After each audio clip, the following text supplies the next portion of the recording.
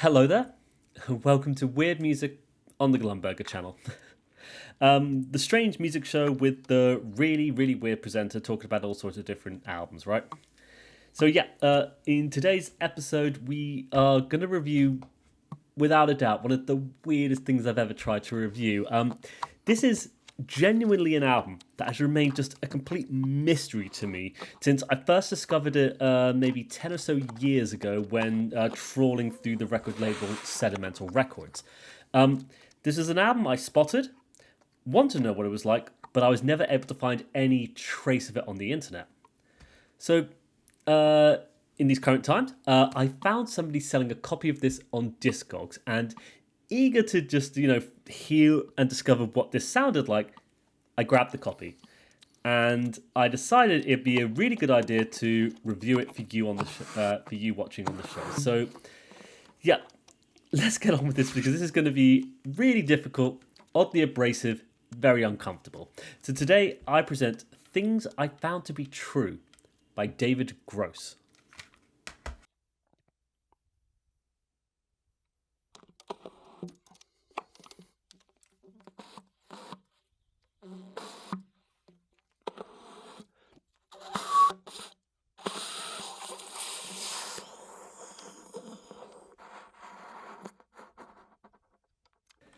So let's of course ask ourselves, who is David Gross? Or Gross, probably Gross, but I think Gross is going to sound better in this review, so we're going to say Gross. Who is he? No idea. Not 100% sure. One thing about this particular release is just my complete lack of ability in finding, anything about it, basically. I can't seem to find out much about David Gross, except that he was apparently born in Boston, MA, and performed under the moniker of GDG, incidentally the name that appears on the spine of this CD, but not on the back, or what is credited on Discogs, but whatever, right? But yeah, as well as this, David Gross performs in various groups, including one called Fetish. Lovely, right? But yes, aside from that, I can't seem to find anything else about this dude. No matter though. Let's turn to the album then. What is Things I Found to Be True? Well, all I know about this is that this is a solo album from Gross released in 2005 on Sedimental Records as its 40th release. What else is there to know? Yes, the strange artwork, right? This really fucking weird picture of these two kids, right? Artwork by Mary Tut Putnam Gross, grandmother to titular David Gross. So, I'll mention it here.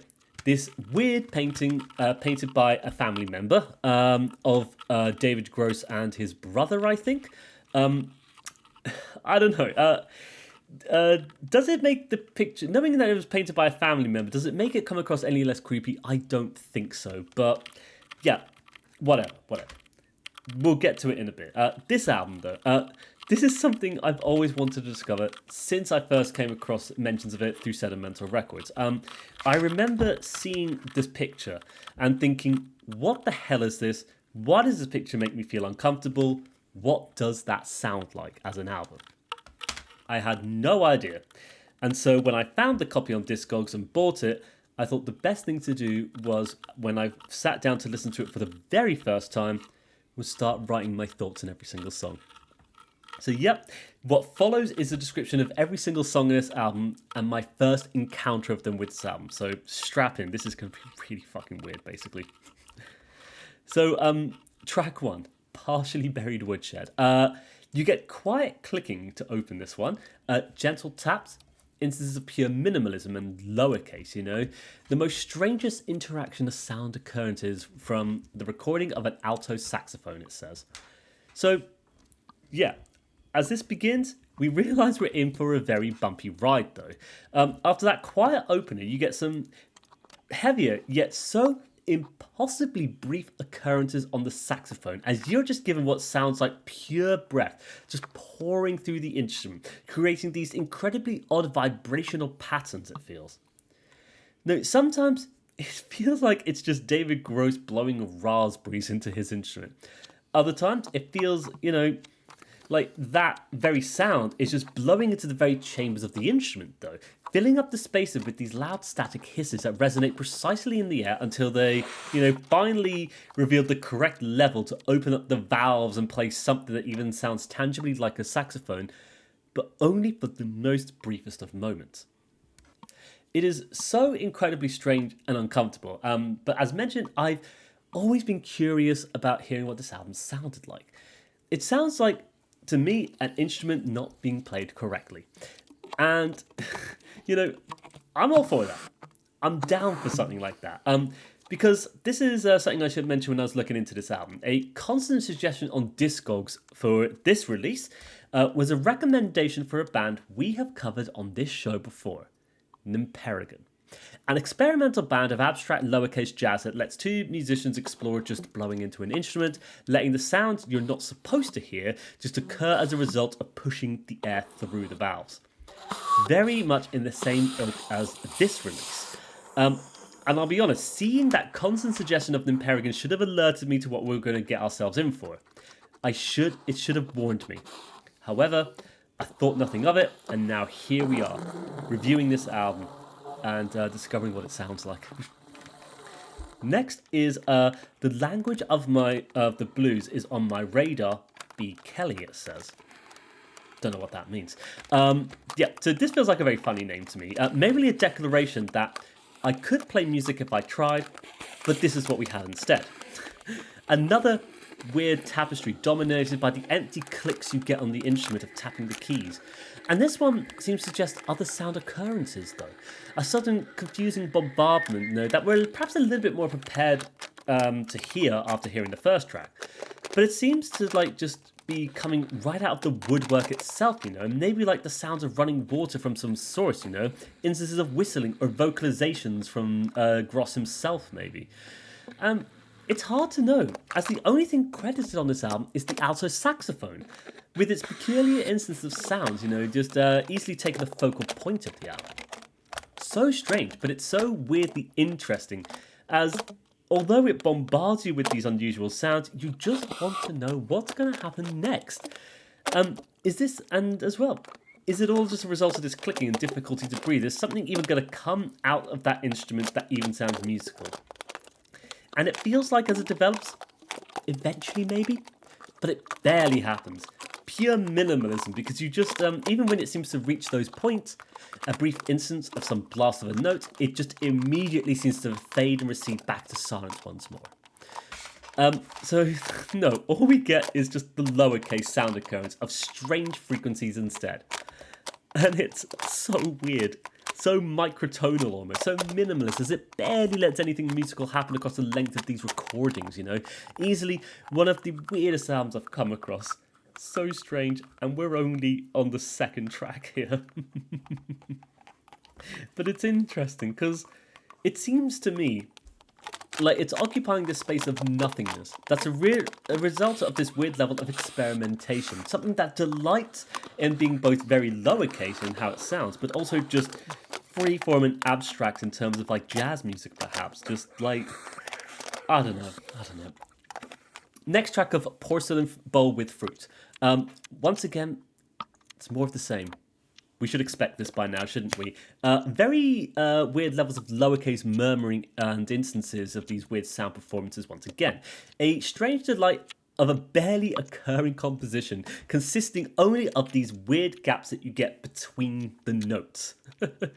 It's so mind-boggling. This tapestry of just nothingness, just every interaction with an instrument occurring, except the interactions that make music in this case. Maybe, I think. It's definitely the vibe I'm getting from this album, which just seems to, like I said, barely exist on the internet, just a strange oddity within the discography of Sedimental Records that exists in that roster of releases, and that is the only mention of it, it feels. An album that sounds like this, it turns out. It's mental, it's bizarre, it's weird, but it's that kind of weird thing that I think is very cool, It's, without a doubt, very difficult to be listening to it. Difficult to enjoy, I would say. But it's incredibly unique sound occurrences from the instances of these recordings. It all occurred like this.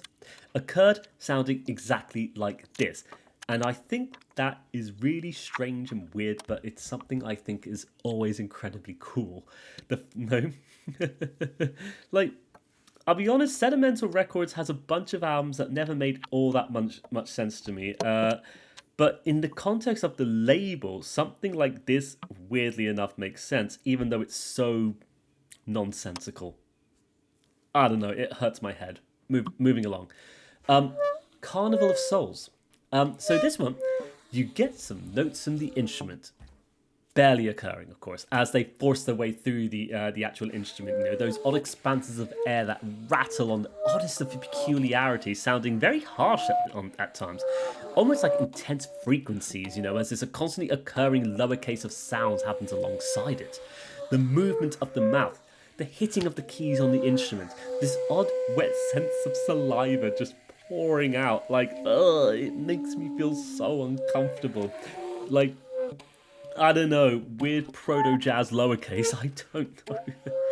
But once again, there's so many gaps of silence occurring alongside it, which makes it, you know, interesting, because it's perhaps one of the fewest musical moments we've been actually experienced thus far. But with how uncomfortably it bends into pure abstraction, though, into pulling the harshest of frequencies from the instrument instead of nice sounding notes, it just becomes this weird deconstruction of the instrument, I find, of showcasing the many different sounds one can get from the instrument, albeit if you play it incorrectly. So, weirdly enough, I'm reminded perhaps, or just given the image perhaps, of like an anti-version of Colin Stetson, or like negative Colin Stetson. You know, because if I think about it, both musicians explore the capabilities of their instruments. You know, the various sounds that the instrument makes in every aspect of it, if that makes sense. But whereas Colin Stetson makes it sound so huge, grand, and splendid, and menacing, and ferocious, Gross makes it sound gross. All the wrong levels of sound occurrences, suddenly being lent into, making it a weird physical performance that's pushed up right against your ear that you don't really want to experience. I don't even know if avant-garde covers it at this point. I know it's just weird, but as baffling as it is, I just want to know what happens next. So the next track of Donia. So this one starts rather suddenly with kind of like vocal warbling, maybe? Some weird cartoon character suddenly emerging, just making the weirdest, most annoying sounds in the world. So I'm reminded, and I feel so bad saying this, but I'm reminded of the Dumb and Dumber scene. The way the voice sounds so incredibly strange, just droning away for as long as it possibly can with these incredibly uncomfortable intonations that warp and change, that results in something. But what, I don't know. It's too strange. Like, this is so weird, and all I can imagine is this image, of Gross just screaming into the bass of the saxophone itself, into the big hollow chamber, perhaps just forcing the air out of his body as though they were demons that he's exorcising from himself and his instrument.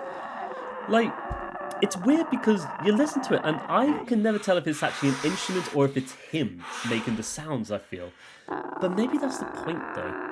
Or maybe it's just trying to present the most difficult tapestry of sounds that, somebody can get from sitting alone in a dark, dingy room and improvising on their instrument, perhaps. Does certainly seem like in this one, though, Gross is really pushing this as hard as he can, though, as though he's giving it physically everything he has, trying to hold on to certain intonations for impossibly long periods of time, no matter how uncomfortable and abrasive they are.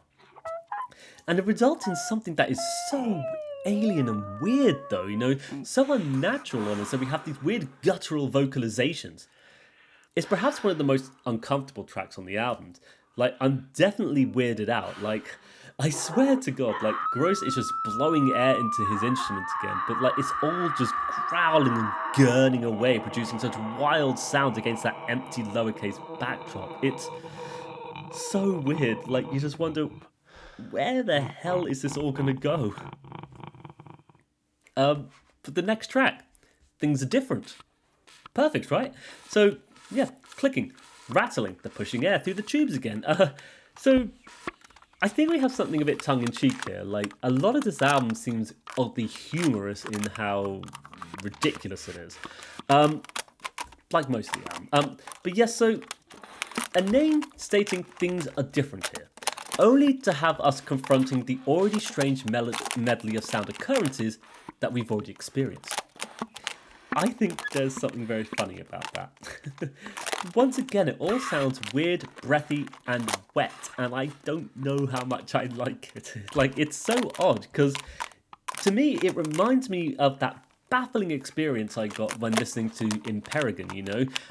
A duo who just push the wind through their instruments to uncomfortable extremes. Here, we've definitely got David Gross just doing pretty much the same, except there's this particularly weird tapestry of sounds when Gross does it, though. Like, for some reason, unbeknownst to me, I find this more interesting than Imperigan, as all of the compositions just showcase this incredibly specific and unique way of playing the alto saxophone. But, like, it makes this result of sounds that's absolutely nothing like what you'd ever expect the instrument to sound like. And it's, I don't know if it's a good or bad thing. I think, you know, for a bunch of you watching, this is definitely a bad thing, right? But I'm fascinated here. I am so fascinated by this enigmatic album that I'm just curious to hear the rest of it. So let's proceed. Let's move on. So the next track, Imagine the Drama, Magic Thinking, Narcissism, spinning in the middle of nowhere believing God looks like we do. What? I don't know. I think by this point, I'm just broken. Like, why are all these tracks so strangely named? Like, this track paints a huge picture with its run-off sentence of a title. And it sounds, well, a brief inhabiting a very tiny, minute sound, you know. Very brief occurrences, but are gradually swelling in volume as Gross just pushes further on certain phrasing of sounds, you know, constantly interrupting it all with pure silence, of course. And before long, these incredibly strangled notes just seem to occur from the bowels of the instrument, a sound of a tornado within it all, before we get what sounds like a victorious jazz solo. However, a solo that emphasizes all the wrong parts, before eventually exploding into what I can only describe as a weird fart sound at the end, before some weird vibrations close it all off. It's so strange, and once again makes me feel so off and uncomfortable, and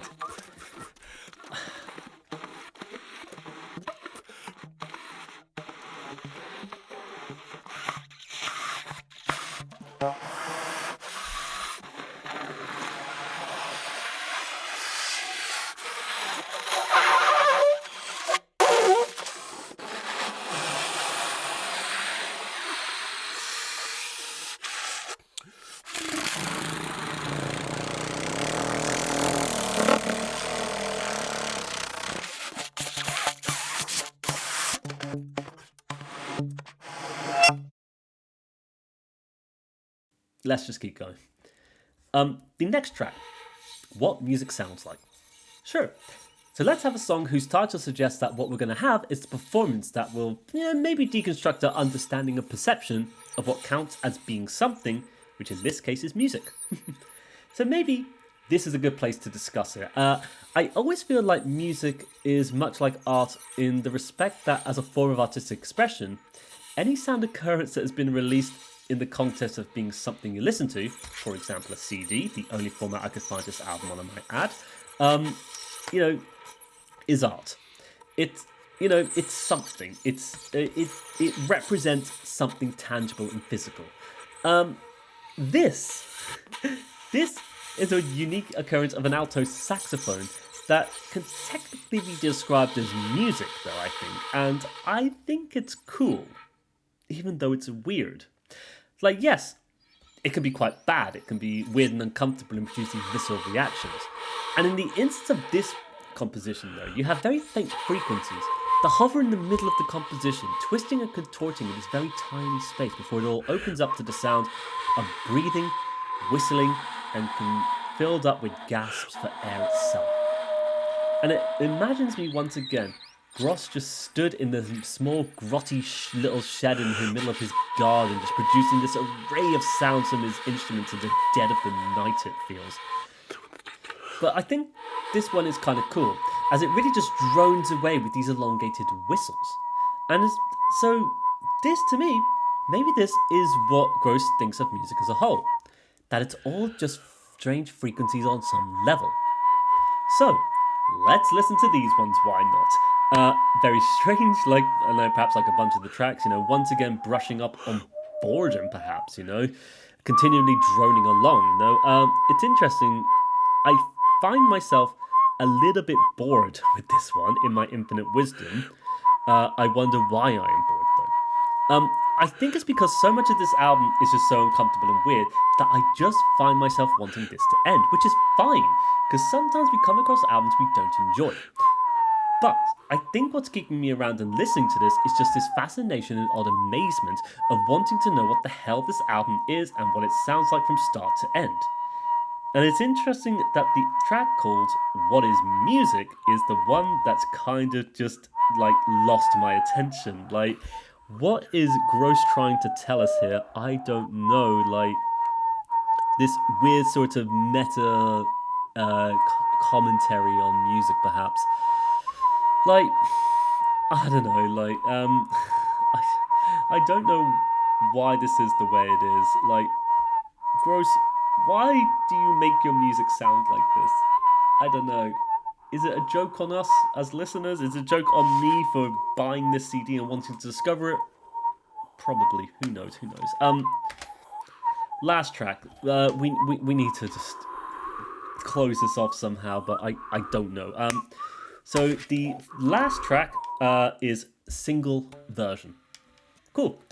So this to me feels like one final experiment of this weird sound occurrence, letting the weird take over, the minute detail of an instrument being stretched and contorted once more. And this one becomes quite the battle though, sounding like the saxophone is going to win at times and play more of a melody than it has ever done thus far in this album. And I don't know, but I'm so genuinely confused by this album that I just find myself in anticipation, what's going to win, those lowercase instances or actual musicality? It's oddly funny to me. I am definitely the victim of my own hubris here, right? Since first gazing upon the album cover, I've always been too curious about this. I'll mention it here. I always remember taking to the search engines, looking up this album and finding nothing. And so I remember 10 or so years ago, I put it out of my mind. I just forgot about it. But I remember always being very curious, which is why I grabbed the second-hand copy when it was available for sale. Hear it for the first time in this instance and, review it for you on the show. It's so bizarre because it's just this weird battle between a performer and their instrument, and the capabilities that you get from the instrument if you just play it in a way that doesn't produce music from it. What weird trip. I'm so weirded out by this album. I find it to be one of the strangest things I've ever come across, but I am glad to have spent time with it, because I've always wanted to check it out and discover what strange enigmatic sounds occurrences have been committed to a recording on this album. And what was it? A collage of alto saxophone sounds, none of which sound like an actual melodic instrument, but instead just this blasting of air, of faint musical swells as a result of it all just passing through the instrument, it feels, but mostly just being this odd vocalization set against the constant arrhythmic clicking of the very keys on the instrument, and these faint intermittent gasps and blast of almost musicality. I can only describe it at this point like Colin Stetson being pulled into lowercase and acoustic phenomena. Instead of producing dense, heavy drones, Gross just presents, desperate sounds forming out of the darkness, an audio recording of some faint instant, just happening, presumably some dark, dingy shed in the early quiet hours. it's just the image I get. Maybe like I maybe just me. Like this was technically recorded properly for all intents and purposes. Like in the inside of the album, we are told that it was recorded and mastered by Scott Smallwood in Troy, NY, 8th of the 2nd and 7th of the 3rd. But I don't know if that means anything. Like where was it recorded? But also, why was it recorded? Like, what? I'm so confused. I'm so weirded out by this album that I don't know what else to say. Like, it is what it is. And the experience of hearing this for the first time, it was definitely memorable. Like listening to all those songs for the first time and collecting those initial thoughts was like so weird and strange. But my goodness, it's so bizarre because it's been so memorable.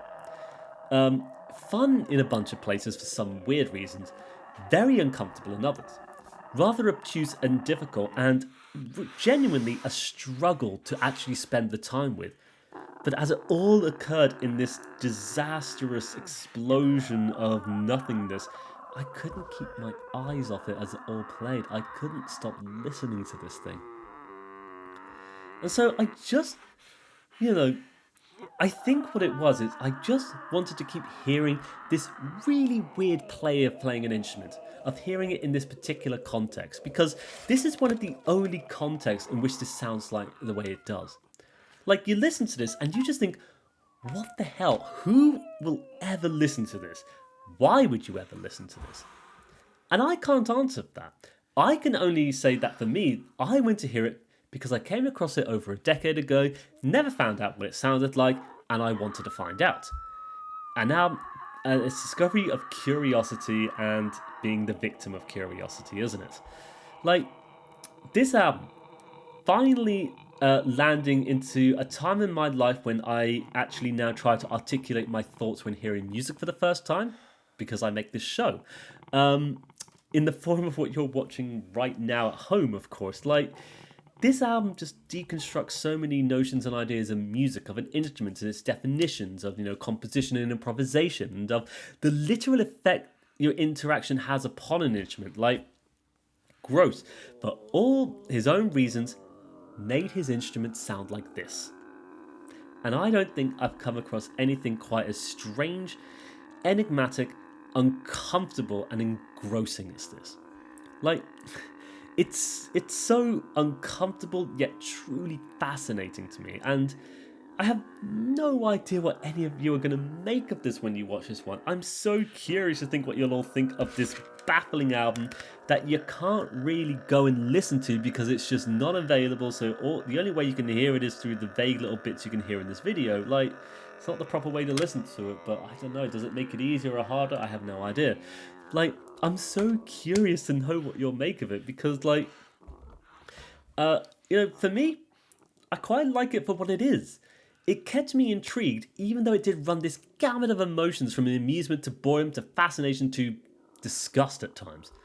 Like, so weirded out by this experience, and, like, it's weird because I don't really know what I was expecting from it anyway.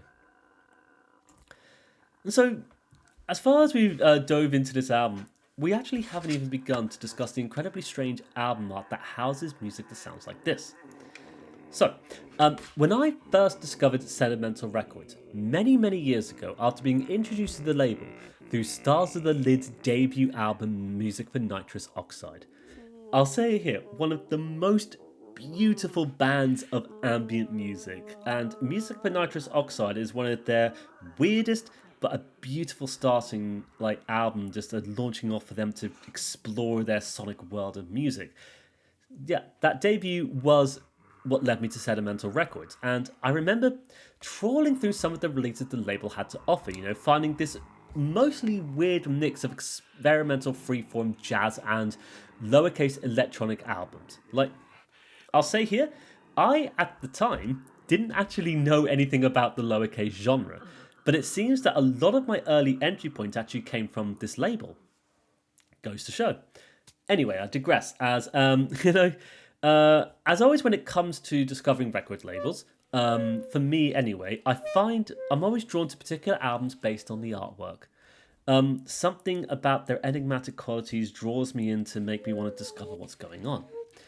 So, for this one, this weird, quaint painting of two boys looking very bored almost. This weird, uncanny valley vibe of this painting that's just very weird and half detailed, it seems. Like, it's got a sense of something not being quite right. And I remember when I first saw it, I wanted to learn what music was on it. However, no amount of sleuthing through the internet led me to find any answers. I couldn't even find a single sample of this album online. And thus, for the many years that followed, I just always had this little mystery in the back of my head. What does the album that looks like this sound like? And so, as I mentioned, when I found this album for sale on Discogs, I leapt at the chance to find out what was on it. Bought the copy, put it onto my music player, listened to it, and wrote down my thoughts for the first time when hearing it. And so, of course, did my curiosity get the better of me? Has a big joke been played on me? I don't know, actually. Because this is definitely a weird, baffling album experience. It's not likely one I'll play again anytime soon. But my experience of it is something that is definitely going to be something that sticks with me for many years, it feels like. Much like when I first heard the work of Nimperigan. This weird lowercase jazz style of music is something that completely deconstructs the convention of an instrument and what it means to perform it. And I think, there's something fascinating about that. There's this whole weird underground scene of musicians doing weird shit like this. And there's other albums we're going to be reviewing discovering this as well. More on that later. But I think it's fascinating. Weirdness that doesn't care about audience that exists in these audio forums, Like, to experience it is to undergo something completely unique and different, for better for worse. It entirely depends on what you get from it as a listener.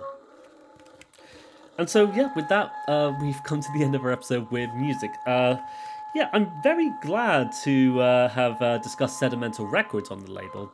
There's going to be a bunch of videos on this record label come this year. Some a bit more musical, don't get me wrong.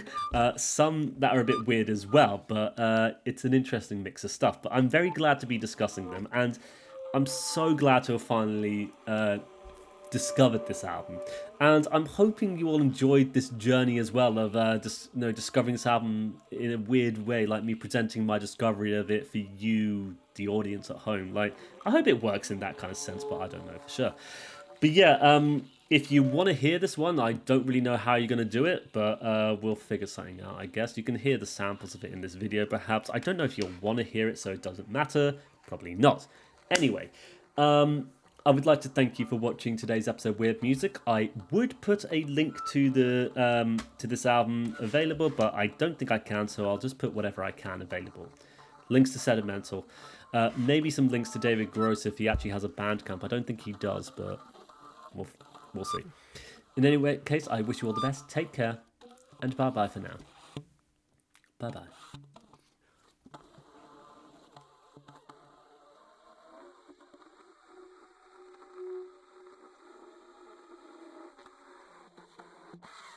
Boom.